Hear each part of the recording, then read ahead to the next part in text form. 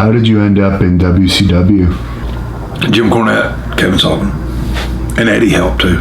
Eddie Gilbert got us a tryout. Yeah. Jimmy was, in '87, the old Florida office, Midnight Express come in. Stevie and I worked with them in St. Petersburg, Florida. Of course, Bobby Eaton then was just out of this world, great, but Stan helped train me, and Jimmy just a mind, and they made us look great.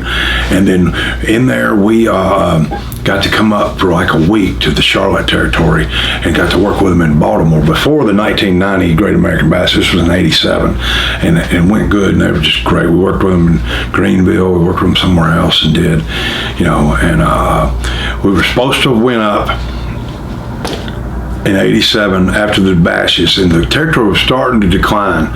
We were supposed to go up to the main roster to Crockett and work on the B shows with the Midnight Express. We got promised some things. The payoffs we got was good when we did this with Midnight up there in Carolinas and Charlotte. We worked on Charlotte, Greenville, Baltimore, and what we got paid was good, but Midnight Express got 3 times more than we got, and we walked out. We quit. And I was disgusted with stuff, and Steve was more missing home. We were supposed to went to TBS TV and got 4 wins. Didn't go. We didn't go. We got screwed because the B shows we knew they weren't putting nothing into them, and you were getting a minimum, but you were on the road, flying, traveling, and you didn't know, we got screwed a lot, and bad mistake. I followed Steve and shouldn't have done it. So young guys out there do not walk out. And that blew that. But and so we had heat with Dusty, because we didn't come to TV that day, and I didn't do it. But a lot of things didn't come through, promises, and and we weren't making money in Florida. They wouldn't do good unless they come to the big shows. When Dusty would come, he'd come with Road Warriors and Horseman, Nikita, everything, and we weren't. And I went back to Tennessee. Steve went to Florida, but then we worked Continental there in '88, '89, then went back Continental again, and then Continental shut down. Cactus Jack had worked Continental, and he put in a word for us too, and he was in with them, and Kevin loved him, and we of course knew Kevin, and between Jimmy and Eddie, Eddie Gilbert, it's how we got a tryout with them. And when we went in there in '90, the tag teams there it was a who's who.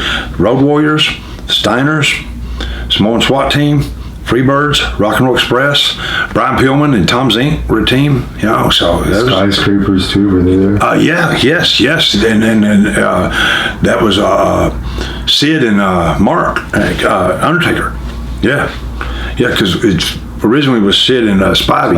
Spivey went to Japan, he didn't give up his Japan deal, however that worked and did, and I can remember that because